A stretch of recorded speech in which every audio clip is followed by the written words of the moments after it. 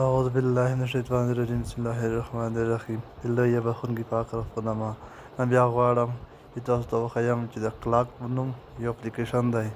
هم ګړۍ ده هم دې ته ښه پټ راز دی مطلب ته غواړئ چې هم ګړۍ وي هم په داخل کې کوم فایلونه ویډیوګانې عکسونه او داسې نور شیان پکې وساتئ او څوک ونه ویني مطلب که څوک ګیلري ته داخل شولو یا ډاکومنټس یا بل څه ته که نه ته کوم هغه مهمه ډیټا وي چې ته نه غواړې چې ستا ډیټا یا معلومات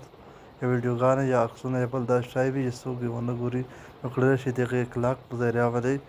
هغه شیان پټ وساتئ یعنې پټ یې کړئ د دغې دپاره زه اوله ځم د کلاک اپلیکیشن چې دی د هغې پلی سټور څخه ډاونلوډ کړي پلی سټور ته ځم هر ځای کې پلی سټور کې هغه ته چې پلی سټور خلاصوم پلی سټور هغې نه وروسته یې پلی سټور ته وړئ سرچ بټن ته به راشئ پر سرچ کې به یې همدلته به سرچ کړئ ورته ولیکئ کلاک اوس به دغه سرچ بټن ووهئ په دې کې مختلف قسمه کلاکونه به ته وړئ خو ته به همدا کلاک باندې کلیک وکړئ اوس چې فیل خلکو مو دا کلاک ډاونلوډ کړی دی اوس ما ته اوپن راځي که چېرته ډاونلوډ نه وي تاسو ته انسټال راشي انسټال به کلیک وکړئ یو 1 MB دی نو یو څو دقیقو کې ډاونلوډ کېږي انسټال کېږي هغې نه وروسته باید هغې هغه نه به ووځي که نه پلی سټور نه بېرته به راشئ کلاک ته د کلاک به کلیک وکړئ کله چې کلیک وکړو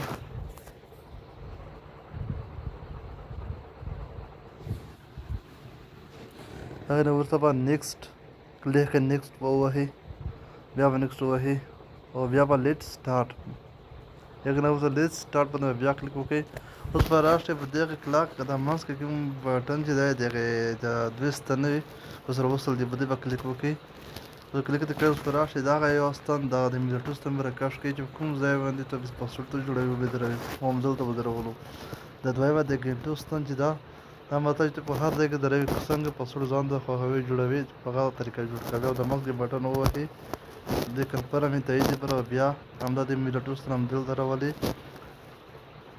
د ګنټو ستن همدلته راولئ نو ته په هر ځای کې جوړوي تو پرې ترغلي پاسورډ په کوم ځای کې جوړوي مثال تو مو صرف دغه مثال څه د پوهې په خاطر باندې پاسورډ ته جوړ کړو هغې نه بعد به راشئ په دې ماوس بټن کلیک وکړئ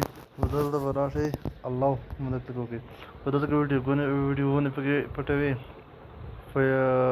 ادر فایلز نور فایلونه عکسونه که غواړئ چې مثال د خبرې تو بل فولډر پکې جوړ کړئ په دغې پلس لمبه کلیک کړای شئ مطلب دا مې کړای شئ بل فولډر پکې جوړ کړئ مثال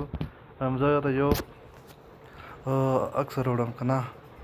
د جنګ لمبه باندې بیا به راشئ امپورټ فوټوز باندې بیا کلیک وکړئ یعنې اوس الو باندې بیا الو آل او د هغې نه بعد به راشئ دلته به دغې کلیک وکړئ په دغې هغې نه وروسته به بیا راشئ دلته به یا غور انتخاب کې کوم یو عکس انتخابوي که ټول انتخابوي مثال که یو انتخابوي یو باندې به کلیک کوئ یو به انتخابوي که چېرته نه غواړئ چې ټول انتخابوم نو په یو وار به سلیکټ آل باندې کلیک وکړئ نو بیا به هغې نه بعد راشئ موټو ولیټ باندې به کلیک وکړئ نو ټول چې څومره عکسونه وي په دې فولډر کې په دې ځای کې موجود وي نو د ولیټ ته به راشئ مخکې کلاک ته به راشئ که غواړئ چې نه صرف یو ځای انتخابوم بیا یو کولی شئ یو انتخاب کړئ هغې نه وروسته غواړئ چې دغه فایلونه هم د په ګیلرۍ کې پوځي شي هم د ولیټ شي خو داسې نه غواړئ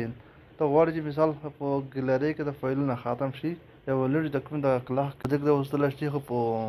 ګیلرۍ کې او بل ځای کې د نسته کې نو ډیلیټ فرام پبلیک ګیلرۍ په کلیک وکړئ چې کوم په ګیلرۍ کې ختم شول نو دغه ولیټ ته رول نو دا فایلونه په دغه ولیټ کې موجود وي په ګیلرۍ کې نه وي موجود که نه ته دې بیا کتلی شئ